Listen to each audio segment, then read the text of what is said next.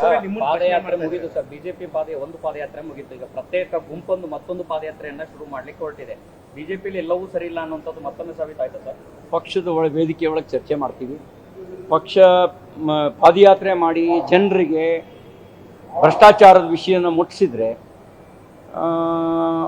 ಒಂದು ಜನಾಂದೋಲನ ರೂಪುಗೊಳ್ಳೋದಕ್ಕೆ ಒಳ್ಳೆಯದಾಗುತ್ತೆ. ಮತ್ತು ಪಾದಯಾತ್ರೆ ಯಾವಾಗಲೂ ಆರೋಗ್ಯವನ್ನು ಸುಧಾರಿಸುತ್ತೆ. ಹಾಗಾಗಿ ರಾಜಕೀಯ ಆರೋಗ್ಯ, ವೈಯಕ್ತಿಕ ಆರೋಗ್ಯ ಎರಡಕ್ಕೂ ಒಳ್ಳೆಯದಾಗತ್ತೆ. ಪಕ್ಷದ ವೇದಿಕೆಯಲ್ಲಿ ಸಮಾಲೋಚನೆ ಮಾಡ್ತೀವಿ. ಈ ಪಾದಯಾತ್ರೆ ಬಿಜೆಪಿ ಒಳಗಡೆನ ರಾಜಕೀಯ ಆರೋಗ್ಯ ಹಾಳು ಮಾಡಿತ್ತ ಅಂತ ಹಾಗೇನಿಲ್ಲ.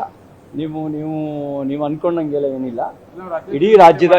ಇಡೀ ರಾಜ್ಯದಲ್ಲಿ ಕಾರ್ಯಕರ್ತರು ಉತ್ಸಾಹದಿಂದ ಬೆಂಗಳೂರು ಮೈಸೂರು ಪಾದಯಾತ್ರೆಯಲ್ಲಿ ಪಾಲ್ಗೊಂಡಿದ್ದರು.